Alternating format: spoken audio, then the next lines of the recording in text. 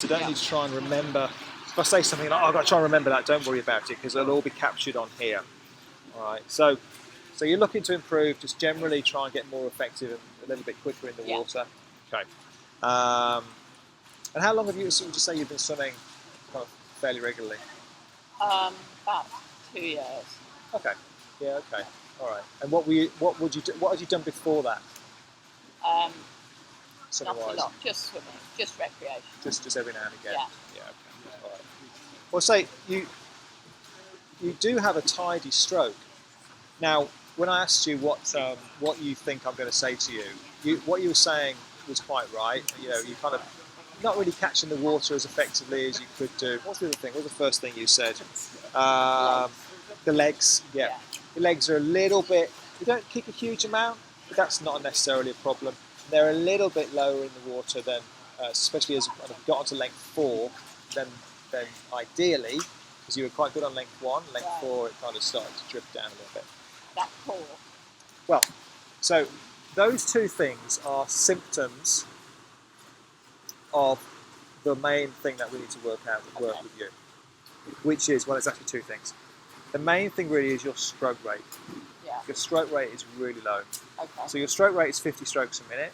Right. You need to be up in the 60s ideally. Okay. So think about, I'm not suggesting you swim like this, but you know the Brownlees, the triathlon brothers, Yes. and those elite triathletes, their stroke rates are just short of 100. So their arms are going twice as fast as yours do. Right.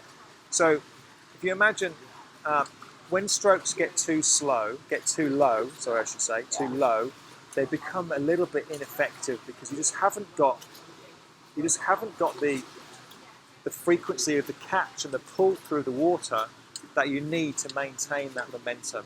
All right. And if you haven't got momentum, you start to drift down in the water. All right. So we need to get your stroke a little bit more punchy. Yeah. And it's not just a case of kind of. There's a little bit. It's just kind of case of getting quicker. And we'll talk about how we achieve that in a minute. But we can improve your stroke rate by doing other things. Now, one of the things, which is you mentioned lifting your head up, getting a sore neck, is because you hold your breath when you swim. Right. Okay. Did you know that, or are you aware you're meant to breathe out? I didn't think I did. Okay. All right. So we'll have a look at that. But what we'll do now is we'll kind of play it through, and I'll effectively say what I see as we go through it. So stroke rate's the first one. Yeah. So from the pool side view, to watch this, we'll have to go around all the stuff that's inside this pool. Now, what's really nice, and this is why I think we're going to do really well with you, is you seem to have quite decent flexibility in your shoulders and things, because the recovery is nice and relaxed and open and high, and I like that. Say all these guys swim like that. Yeah. That's the way we effectively coach it now. A lot of people see Ricky over there on the left in the front of the black. On the left side, see he's got more of a bend in his elbow when he recovers. And then I think that's Mark behind, who's a little bit flat. You're better than both of those guys, your recovery. Yours is more like Jake's or Anita's. Anita's the European champion. So that's really nice. So coming in really long and high. That's really, really high, that one, only really because you're over-rotating a bit because you're spending a long time breathing. Okay. When we sort your breathing out, which is one of the things we'll do today, that will drop down just a little bit. So I'm not too concerned about what we're seeing from the side there.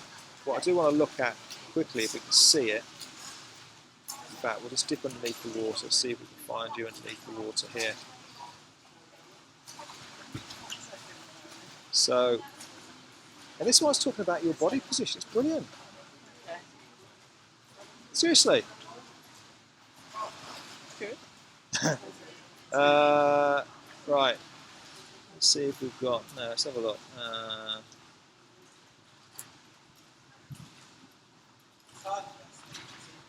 Elites. Look, I'm looking for the elites to compare you with. Rebecca Adlington.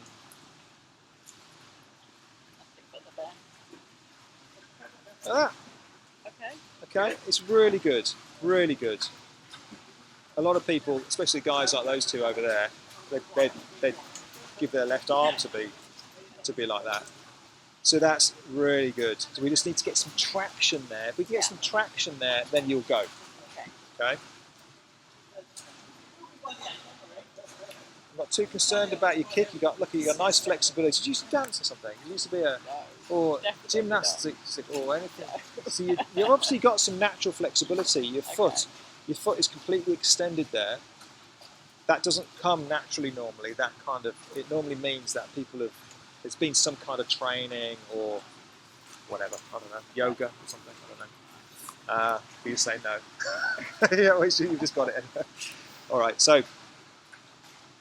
Not too concerned about the legs. Largely, the legs just react to what's happening at the front end. So if the legs split, it's because there's an imbalance at the front end. You know? I'm not too concerned about what's happening there. So what I was looking at is your breathing, just quickly.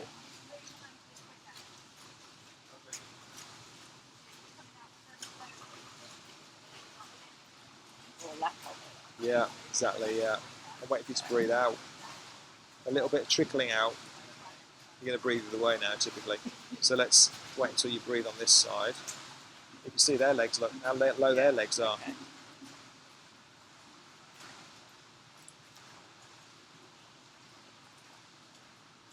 A little bit of breath there.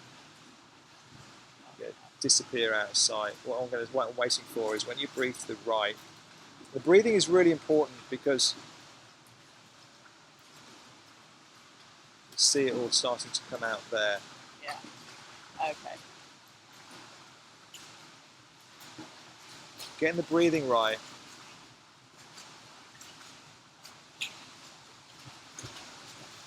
Is really important because it affects the timing of your stroke.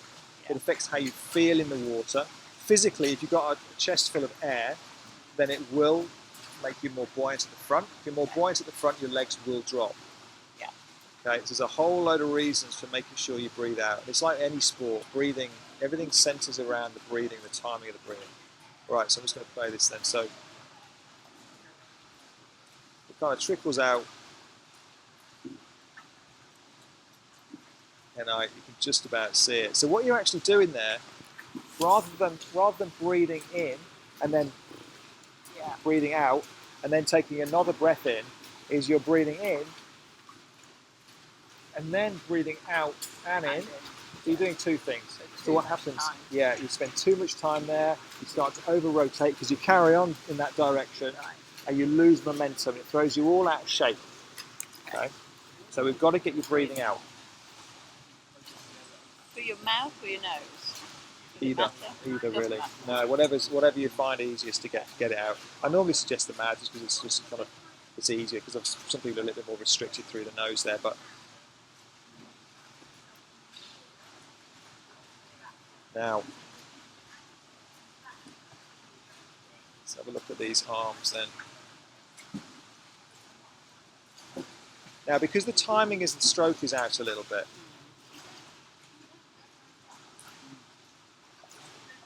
that's actually really good depth that you're spearing into there. You're just losing a bit of control of the stroke.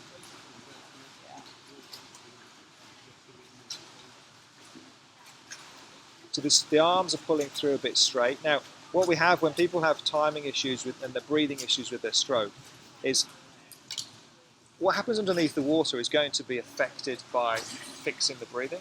Yeah. So sometimes it's not even worth spending much time working underneath the water because we're going to change the timing of the whole thing anyway. Yeah. And that very often kind of sorts a lot of the issues out. But what we're seeing here is a straight arm pull through. So, in fact, if we have a look back here, it's probably a little bit clearer.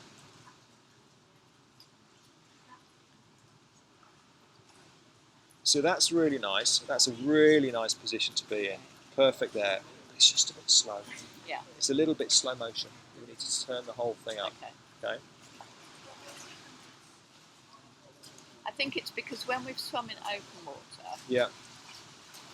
they all say you panic and so slow your stroke down. So I've probably tried too much. When you Yeah. get in and it's cold, you're panicking and can't breathe. And they Yeah. just say, "Oh, slow it all Yeah. down and try and Yeah. relax."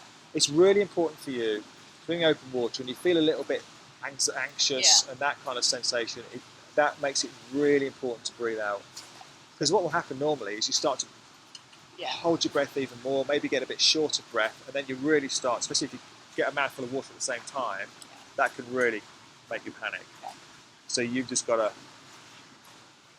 your body will make sure you breathe in. You don't have to tell it to breathe in, it's going to happen by itself. But breathing out, it'll give you more time to breathe in, and that will make you feel better.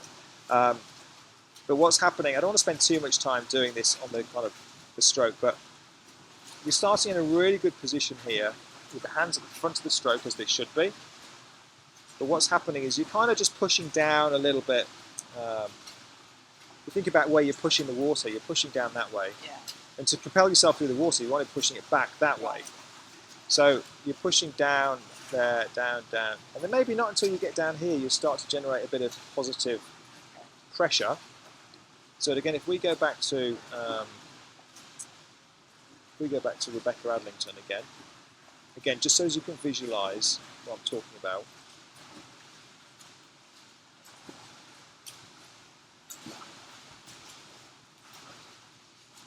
Let's see, here we go. So there, she's in a similar position as you were a second ago. But what she does is, it's almost as though you could pin that elbow in place there. And the arm goes like this. And this is then your paddle. And then that, so she is now generating all that force that way. The whole thing gets pushed all the way back, all the way back, all the way back, all the way back here, like it's still pushing back. And again, we can see it on this side. It's really clear where it goes over the top. And she actually uses the whole of the arm here to push water back all the way, all the way, all the way, and then a hand all the way, right the way back out here. Okay? Yeah. That's how you get your propulsion. That's what we need to, eventually you need to make sure that, or we need to make sure that you can get. Because with that body position and a little bit more punch, you know, if you're swimming, what did you say for a mile? About 40 minutes. 40 minutes, okay, so a mile, so that's 10 minutes per 400. You should be swimming between 7 and 8 minutes per 400. Oh, okay. Yeah, no, absolutely, absolutely. Those guys, see Ricky over there, he'll swim about 8 minutes. You know, and you move more nicely. You know what I mean? You move much more cleanly through the water than Ricky in the black over there does. Okay, he's just kind of fitish and he can keep it going. He's got more of a stroke rate. All right, so oops, click on that. Let's clear these off. If you start to correct one thing, does everything else go? Well, that's the thing. I mean, so the breathing is going to affect the timing of everything else, because it's going to affect your stroke rate. It's going to affect where your hands enter the water, because you won't be spending quite so long on your side. And in turn, it's a chain reaction with swimming. You know, in turn, when the hand comes in the water, it should hopefully start to improve. So we almost need to see how that's going to make you react. You know, so I'm just going to keep on playing through this and see if there's anything else. What you do a little bit there at the moment is, and this is something else that affects your body position, is you're looking at quite a long way forwards there. So we can spend some time actually adjusting your head position. Now, in general terms, if you look straight down, your body's like a seesaw. It'll make the bum come up, make the legs come up a little bit more. And this is where you breathe. So you're completely on your side at this point. And you can actually see, if you kind of keep an eye generally on your body position there, you start to go. Yeah. Because you still start to just sink into the water. And then you get a little bit bent out of shape, so that hand has to overtake. And that's what, you know, you've lost momentum, so your bum's dropped, your body's dropped a little bit, and you just lose lose a bit of momentum there. I'm not concerned about. I think you're going to do really well, actually. So what we're going to do today is I'm going to get you to do some sink down drills. Sink sink down drills. This would be good for. Do you get a little bit anxious in the water generally, or just when you're open water? Yeah, Okay. yeah. Okay, so you should be okay with this then. So sink drown drill, it's basically getting you used to being relaxed and being happy to fully exhale underneath the water. So you do it. We do it in the deep end, and you tread water, and it's a long, steady breath out. Okay. Because what you find naturally, a lot of people will breathe. They might breathe the top third of the air in their lungs in and out. They're not used to fully exhaling. Okay. We want to get as much of that air out as we can. Get comfortable doing that. If you get it all out, you'll sink like these girls do. I see. Yeah. If you don't, you'll bob around a little bit more. Yeah. So we'll do that. And I'm going to pop some fins on you and get you to swim. Get you to swim nice and relaxed lengths, just working on exhaling. So I've got a little kind of mantra that I'm going to get you to do while we're swimming along. All right. Sounds a bit weird, but it works. And then I'm going to see how that affects, or we'll see how it makes you feel, and see how it affects, start to see how it affects your stroke. Yeah. I'm going to get you to do some work on your head position. So literally, when you breathe, where you actually look as you put your head back in the water. So you can either look forwards like you were a little bit, or down, or a bit further down, and then I can see how that affects your body position. Okay, and also it affects, if you're looking right down, it's harder for you to get up to breathe. Yeah. So we'll have to see how that works out for you, and then what we'll do is we'll start to see we'll start to do some tuning up of your stroke rate. Okay. But I think just changing the breathing will get the stroke rate up a little bit higher anyway. Right. We've got some beepers, tempo trainers. I can't see any there. Which do you know what they are? No. Okay. So they're little. They go in your cap, and they will go. So if you look at Anita there, go beep, beep, beep, every single stroke. So you just swim to the beat. Okay. Like a metronome. Yeah, exactly. Yeah, exactly.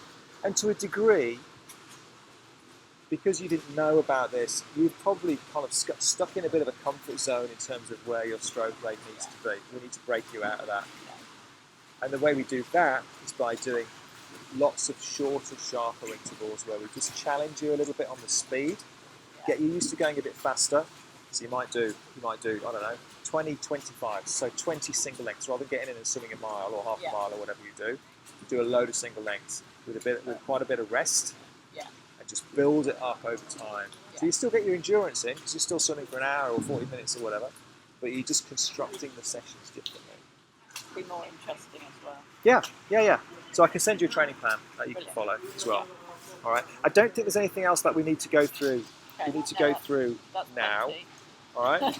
Should we get you in and get you practicing? All right. So let's just switch this off then.